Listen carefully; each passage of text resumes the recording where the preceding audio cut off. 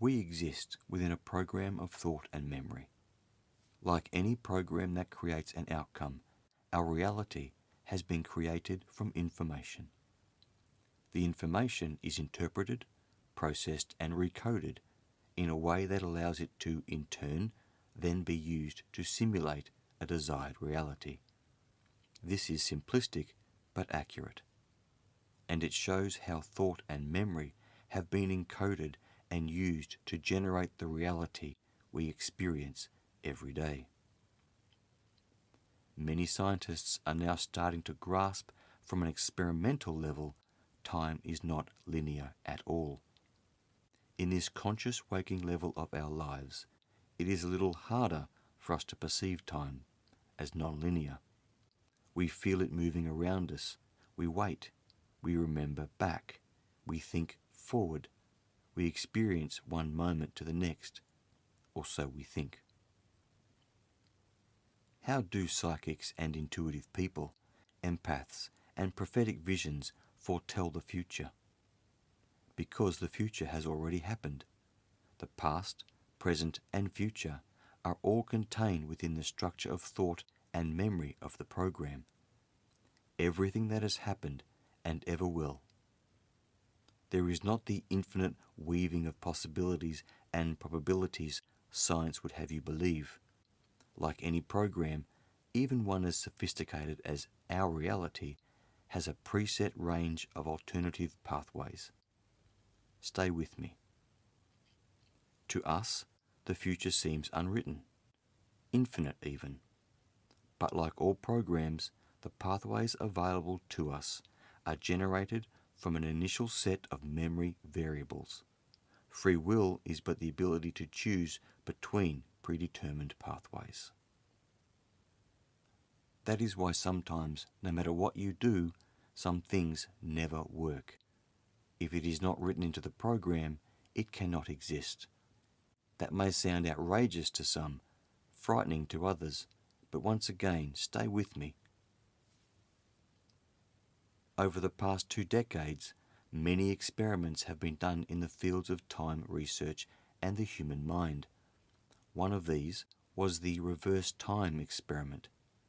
Researchers showed you can send a message back into the past to yourself. The comprehensive experiment was established to test and see if people who needed to sit an exam could considerably improve their score if they studied for it beforehand and then again after taking the test. The natural question is, if you passed your exam on a particular day, why would you need to sit and study for it again the next day?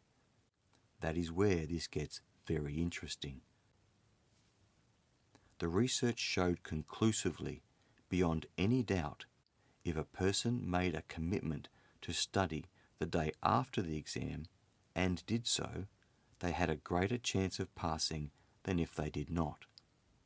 It's obvious that the day after taking an exam, you are well aware of what questions have been asked. By committing to study those very questions and connect the right answers to those questions the very next day after the exam, your future self can send back the information subconsciously about what you need to study and help you pass. Experiment after experiment proved the ability of the human mind to reach back into the past to help itself in the earlier test. This experiment did indeed occur and results were conclusive. Not surprisingly, little evidence remains of the experiment today. Another experiment in a similar vein is the 2010 Cornell University study that showed the human mind and physiology can anticipate an upcoming event that your conscious self and brain may not be aware of yet. The Cornell University experiment involved showing participants a series of a wide variety of images, ranging from pleasant or stimulating images to undesirable ones. The participant was instructed to push a response button as to how they felt immediately after viewing each image. At the end of the experiment, EMG readings of the energy field and EEG readings of the brain show the energy field registered stimulus before the brain. What's more, the test subjects being researched were not aware of the response by their own unconscious mind that created their physical reaction to press the button a microsecond before they registered the thought to do so. What does this mean? It means the participant's mind, energy and body reacted before their brain could. This research was extensive and profoundly conclusive, leading the researchers to wonder if free will is nothing more than an illusion. The combined series of tests confirmed the odds the human mind is not bound by time at 74 billion to 1.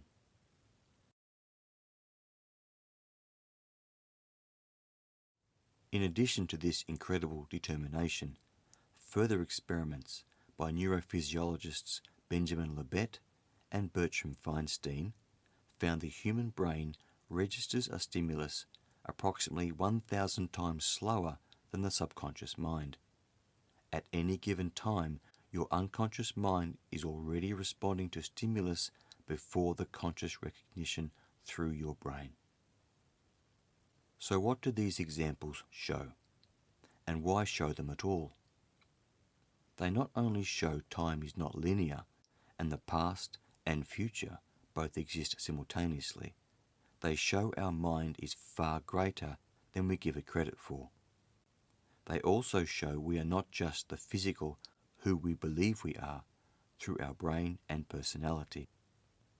Our energy of mind is always interacting with the past, present and future because past, present and future are already programmed into this reality. We are not our physical body alone. We are so much more, and reality is so much less. What do we know? Our mind is not our brain. Our mind exists within our entire energy field throughout time and beyond it. The future is already programmed ahead of us and imprinted into our energy throughout the whole of space-time. It is written, which is why it can be read. The very fact premonitions occur show time to be an illusion. Thought and memory are the basis of our past, present and future. Now, if it is pre-written, it has to have been placed there, and placed there by something beyond it as an intricately encoded information-based experience. When we look at the vast evidence, it is common sense. This encoded information concept is also researched and explored in the 1991 book by Michael Talbot called The Holographic Universe. In his extensive research, Talbot connects the mind and the human energy field. He looks at thought and reality as parts of a holographic whole. Michael Talbot also refers directly to the work of 20th century quantum physicist David Bohm, saying that despite its apparent material nature, connecting time, dreams, past lives and more, the universe is actually a kind of 3D projection and is no more real than a hologram. As we know, Bohm believed time and space are not absolute and unfolds out of what he called the implicate order, a deep holistic nature of the universe where all energy, time, thought and space are connected as the basis for our reality, that we are all a small part of a larger whole. Bohm also defined past, present and future as nothing more than constructs of the mind. Since then, quantum physicists have published findings that support Bohm, such as in the peer-reviewed journal Nature, where they conclude without consciousness there is no physical matter. Without an experiencer, there is no experience. As we would say, the dreamer and the dream. The dream cannot exist without the dreamer. What I need to establish is how and why we live within the construct of thought and memory. And when I say thought and memory, I must explain that reality is not based on our individual thought, but rather one greater thought, divided and separated into a vast network of consciousness. My and your individual thought is not the thought. This is why individual thought cannot simply manifest anything in this reality. If it could, people would potentially create anything they desire. The power of experience is within the lesser mind, not the power of creation. So many here have created rituals and made fortunes based on the concept of creating the reality they want. But have you ever stopped to wonder why they can and most can't? Why opportunity does not equal success? Why position and power do not always equate to entitlement or intelligence?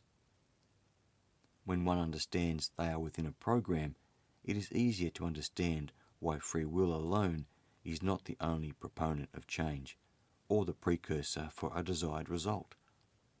This reality has a fixed range of options, however intricate. These variables are encoded into the fabric of life to allow choices based on the magnetic attraction of thought and memory. This in turn attracts the existing possibility most aligned to one's thought and energy. When one believes they have created their reality by the affirmation of thought or the power of intent, all they have done is to align with the possibility they were already aware of at a subconscious level. The now and the future simply connect through the power of thought. So, within a program, we have choices, but we cannot create anything new. This program has been operating for a very long time. The illusion of variations is very convincing, but reality simply no longer operates the way it was originally intended. Now that may raise fear and alarm in many, but I am here to tell you there is an exit from the old program of reality, a connection to a new awareness. Those from beyond this program have imprinted a new program into our space-time reality, and that is what this is all about. As we move through our story, I will be able to tell you more about it.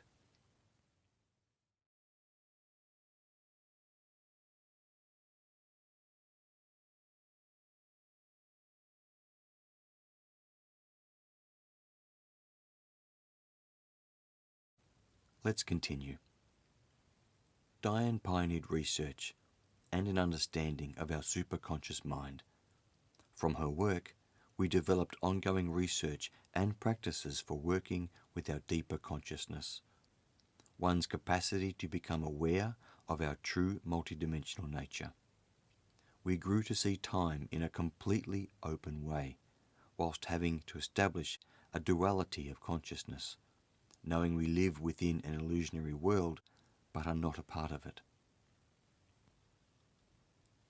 From the in-depth principles of Bohm's work and the time experiments of quantum physics researchers, the thing we all perceive every moment of every day is the perception of how time passes. The more we developed an awareness of the energy of knowing this world is an illusion, and the more we applied it to our daily lives, the sense of time loosens its grip. We have experienced missing time and time loops so many times, identifying the cracks in reality that others seem to miss or ignore.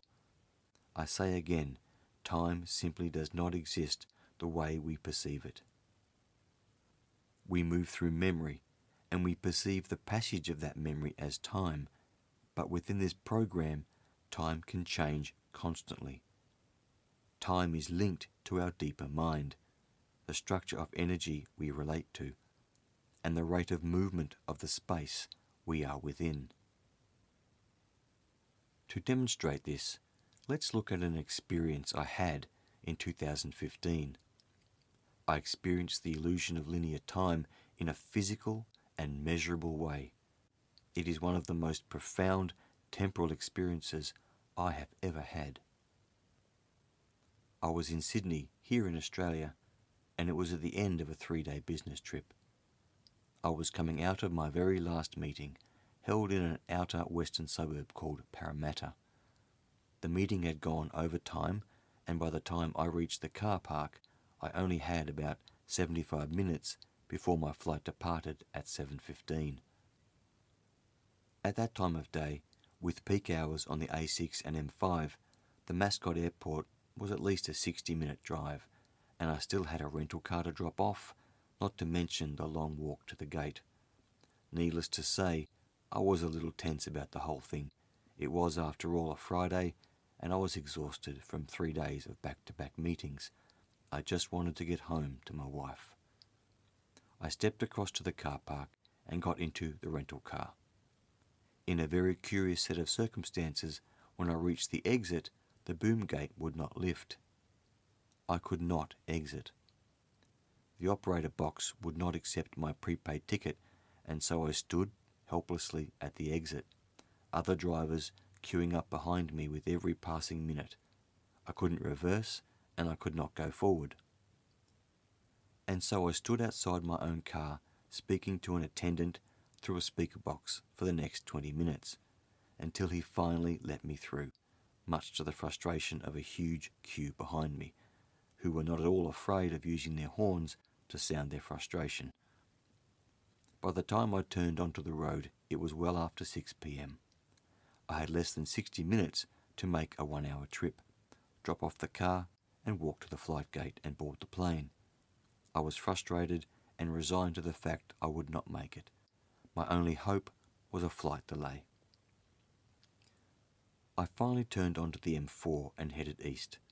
The traffic was thick. No surprises there. Shortly after, I was convinced I wasn't going to make it if the plane left on time. I checked the time on my phone and the car dashboard. There was just over 30 minutes left, but it would still take me about an hour to physically get to the flight gate. I picked up the phone and was about to call home when something came over me. A feeling, a strange, surreal feeling. I simply knew I had to try. I put the phone down. I knew I didn't need to pick up the phone and call home, but I did not know why.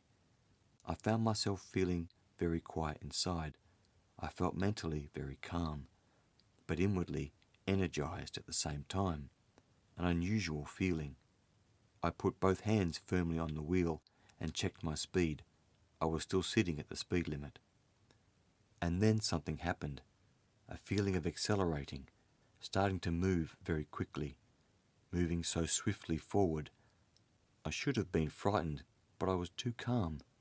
I looked ahead, and everything seemed normal.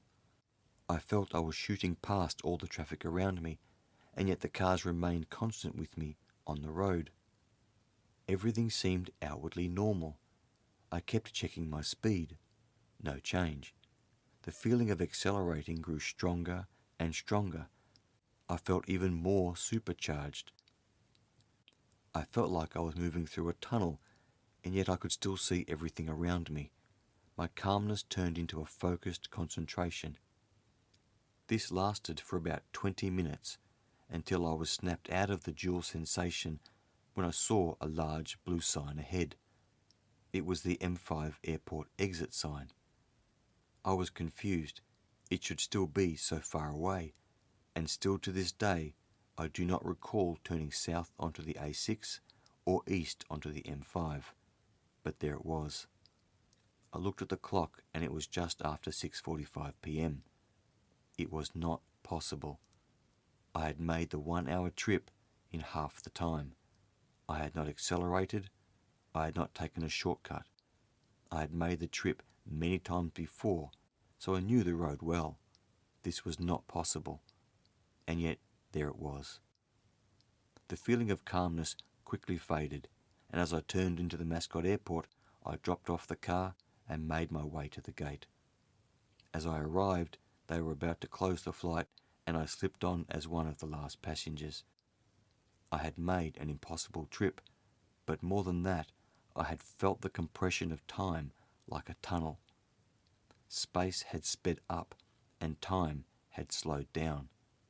My perception of distances and objects around me remained the same, but time compressed somehow to get me to the airport in half the time without going any faster.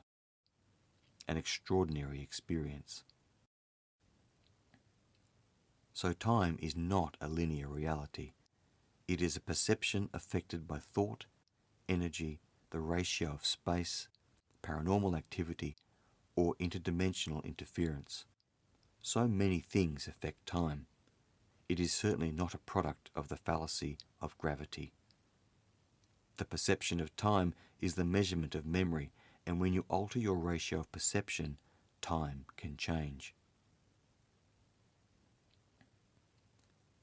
I have shared with you reverse time experiments and aspects of the holographic nature of reality that meet the experiences we have had. An important point I need to make is this. To experience is to remember, and to remember is to know. What we are experiencing in our minds is not bound by time. Our mind is able to move back and forward through the energy of life and through time. In fact, it is only our conscious thought process that stops us recognizing the true nature of our mind and energy.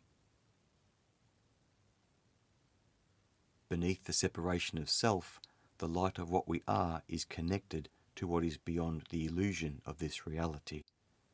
Between our belief of who we are and the reality of what we are is so much to be experienced.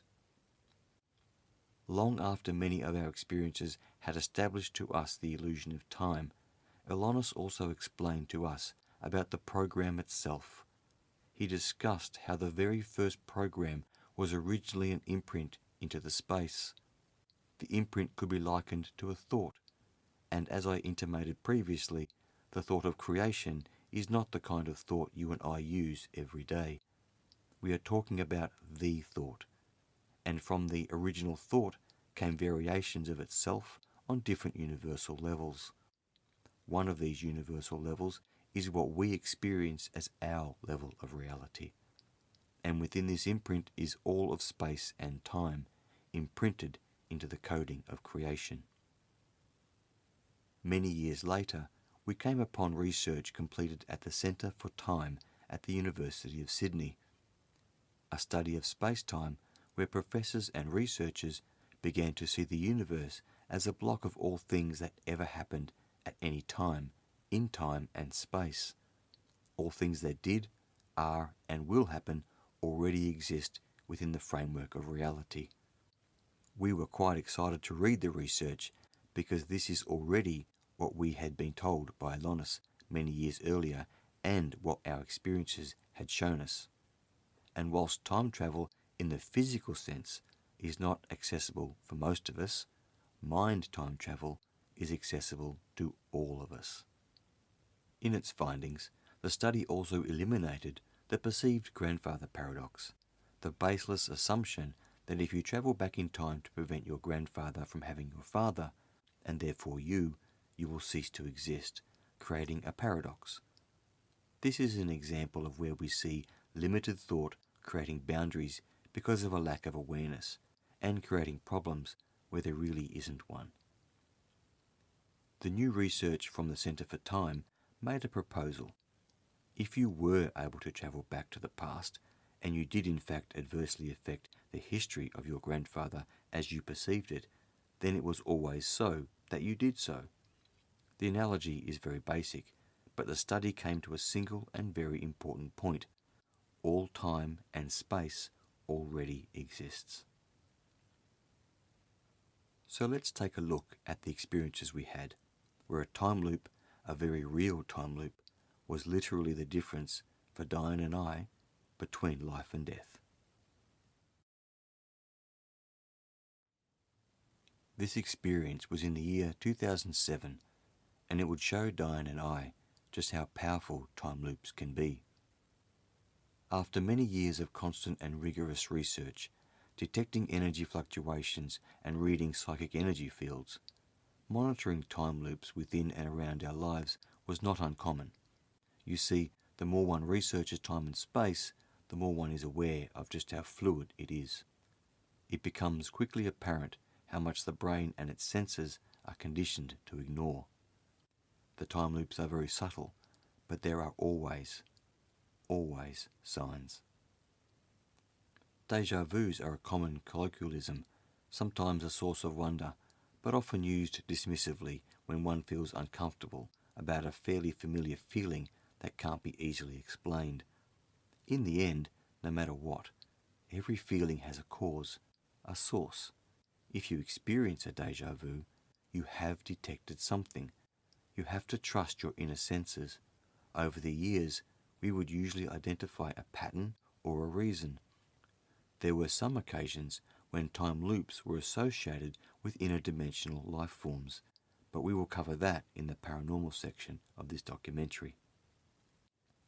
Deja vus can be a prophetic moment come to pass, perhaps a dream of the future you remembered when your mind journeyed forward whilst you slept, or it can actually be a time loop, because time loops do exist, more than you realize, as small moments or patterns weaving in and out of our lives, initiatives emerging from the program to keep it running over and over, or a part of a longer loop, a lifetime even, or even longer. But deja vus are not always a sign of a time loop. The more one responds to their inner guidance and the light of awareness that all is illusion, the more you are redirected into a new pathway out of the time loop. When this occurs, deja vu is in actuality your future self reconnecting to your now, its past, to remind you that you are travelling into a new program. So you can see it is vital to know the difference. The key is to remember you are more than who you believe you are. In this experience, it was 2007. Diane and I had attended a Christmas function at the rural country town of Archies Creek on Victoria's Bass Coast. By the time we left, it was late evening, dry and mild, perhaps around 11 p.m, when we turned out of the venue entrance and onto a dark and quiet road. It was in the country, so there were no street lamps, just dark paddocks to each side. The road was the type of access travelled by mostly locals through the day, and by night, very dark and empty indeed. We turned again onto the main road and began to make our way toward home. We could see perhaps a few 100 metres ahead. Our high beam lights reached into the night, highlighting the road before it dipped beyond view. That was the nature of the roads in the area, long and straight, but undulating gently up and down through the rolling countryside. We started to chat about the night, knowing we had a lengthy drive home, and settled into conversation. But we had only travelled perhaps a few minutes when a set of headlights appeared ahead of us, no doubt rising over the low rise in the dark. Of course, we thought nothing of it, but a few seconds went by, and Diane and I stopped talking, and we both fell very quiet. We found ourselves looking ahead at the approaching car. I remember thinking something just didn't feel right. Later, Diane would tell me she had the same feeling. The car drew closer, and the seconds seemed to slow down as I watched the approaching car. It was then I realised what was wrong. The car was on our side of the road. By the time I realised in the dark of night, we only had a few moments until we would collide. It was then it happened. As I watched the car approaching, I started to remember something about what had happened last time.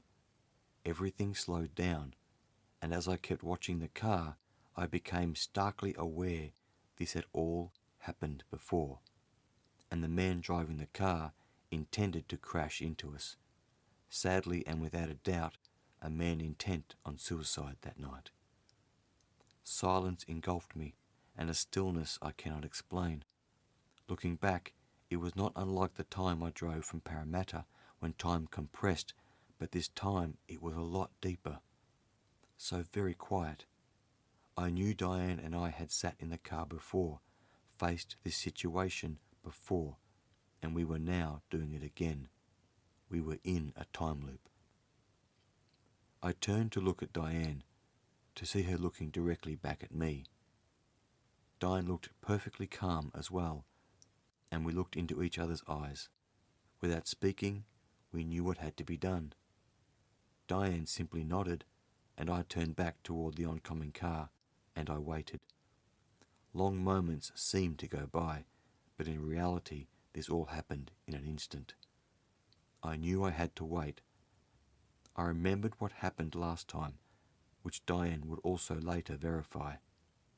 I would swerve onto the other side of the road away from the oncoming driver, but that would also give the oncoming driver enough time to correct his path.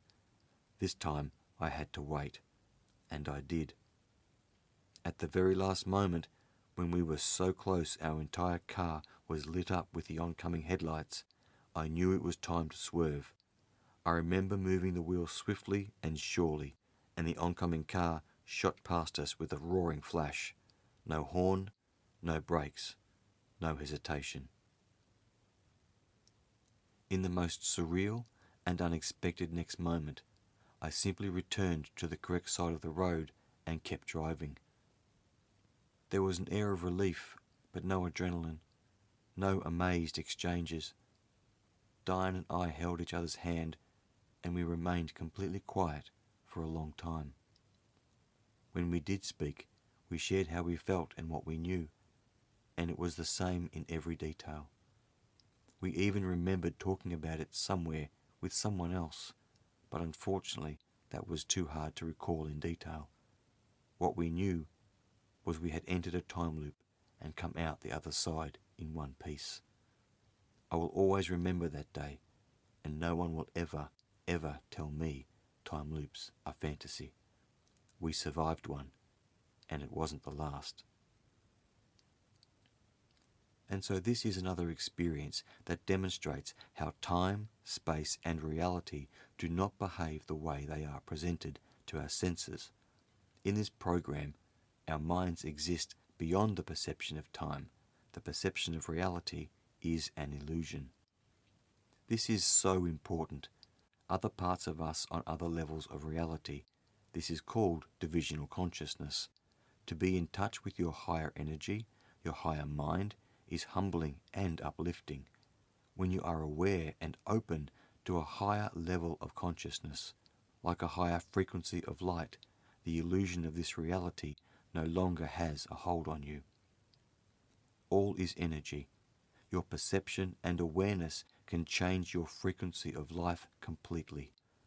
And with that awareness, we revisit the central point of our message. Reality is an illusion. The world is not what you think it is. In fact, to be aware of the multidimensional nature of the program of reality is to begin to understand all things paranormal and etheric. So much of our journey has taken us through the most fascinating and misunderstood areas of the human experience of life, into realms that have existed alongside us for all of time. They are a source of wonder for some and unnecessary unsureness for so many. The next section of our story covers an area that is so important to understand because our reality is multidimensional, holding many layers of life and thought. Those other dimensions impact on our everyday life more than we realize. They are the realms of life after death and interdimensional contact. They can be beautiful and they can be deceitful. This next section is about the dimensional aspect of space and time that is respected by the wise and capitalized on by the ignorant or stupid. It is the paranormal.